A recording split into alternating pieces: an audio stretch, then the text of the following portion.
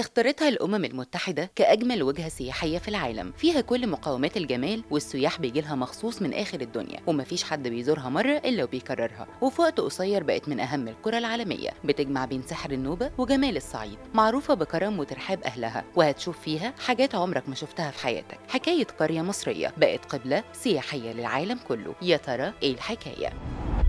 فازت بجائزة الأمم المتحدة قرية غرب سهيل، اتشهر اسمها الفترة اللي فاتت بشكل كبير، والسياح بيجولها من آخر الدنيا، ومفيش حد بيروح أسوان إلا ولازم يروح هناك. ولادها قدروا يحولوا اسم القرية من مجرد قرية عادية لقبلة سياحية خاصة بالسياحة، اتعودوا يزوروها علشان يستمتعوا بسحرها وجمالها، لدرجة إنها فازت بجائزة منظمة الأمم المتحدة للسياحة كأفضل القرى الريفية السياحية السنة اللي فاتت، وده طبعا تتويجا لمسيرة من المجهود السياحي اللي اتعمل في القرية دي، وقدرت تتحول من مجرد قرية محلية عادية بيعيش فيها ولاد النوبة حياة بسيطة لنموذج من أجمل النماذج السياحية اللي بيحتذى بيها في العالم كله. والفضل يرجع لأولادها الشباب اللي كانوا بيساعدوا نفسهم بنفسهم، واستغلوا فترة ركود السياحة لصالحهم ولصالح قريتهم، وما استسلموش للبطالة بسبب فترة الركود السياحي اللي كانت بتعيشها مصر بالذات في الصيف، وبدأوا يفكروا في ابتكار فرص شغل جديدة ويحولوا قريتهم النوبية لمكان جذب للسياح من كل أنحاء العالم. والسؤال هنا، طب إزاي قدروا يعملوا كده ويحولوها في وقت قصير لوجهة سياحية في العالم كله؟ ده حصل يا سيدي عن طريق استغلالهم لمقومات البيئة النوبية اللي اتربوا عليها وحولوها لفولكلور اتعود عليه السياح وعشقوه وحبوه، وبقى التراث النوبي في قلوب كل زوار بلاد النوبه واللي حبوا الرجوع ليها مره تانية. طبعا ده غير عادات وتقاليد اهل النوبه وجمالها. مين فينا ما بيحسش بالبهجه لما يسمع كلمه نوبه وبيتخيل عاداتهم ولبسهم ونزاهتهم اللي الشباب اتربوا عليها وحبوها وحببوها للسياح كمان؟ في اعتمادهم على البيئه والطبيعه في كل حاجه في حياتهم، حتى في شكل البيوت واشكالها كان ليها اثر كبير في حب الناس ليها، حتى شكل اسقف البيوت المتميزه على شكل قباب متلونه بالوان بهجه ومختلفه على النيل، منظر مش موجود منه اتنين في العالم. حتى جوه البيوت في قصه تانية خالص، وتقريبا ما فيش بيت على النيل الا ومربي التماسيح النيليه وحاططها جوه قفاص وسط البيت. ده غير عاداتهم وتقاليدهم في الكرم والترحاب لاهالي النوبه اللي قادر يخطف قلب اي زائر، وكل كوم وفن وحلاوه صوت الاغاني المميزه لاهل النوبه كوم تاني خالص، ومعروفه برضو بانها مليانه فرق غنائيه كتير مع اكلات ومشروبات جديده وعمرك ما دقت زيها في حياتك بالطريقه النوبيه المميزه. تخيل تكون بتاكلها وسط جمال الارض والمباني وسحر النيل، وفوق كل ده اغاني مبهجه هتوديك لعالم تاني. من ناحيه تانيه اهالي النوبه مبدعين مش بس في شكل البيوت واي حاجه بيعملوها، كمان المشغولات اليدويه المصنوعه من الحرف البيئيه. طبعا كل المقومات دي كانت سبب في انها تخلي قريه غرب سهيل في عيون السياح وكمان في قلوبهم، وما بقوش بيستغنوا عن تكرار زيارتها اكتر من مره. وفعلا فازت من الامم المتحده السنه اللي فاتت من منظمه الامم المتحده للسياحه ضمن افضل القرى الريفيه لسنه 2024، وده خلال مشاركه وزاره السياحه والاثار في اجتماعات الدوره ال 122 للمجلس التنفيذي لمنظمه الامم المتحده للسياحه، واللي بتتعمل دلوقتي في مدينه كارتاجينا دي اندياس في دوله كولومبيا.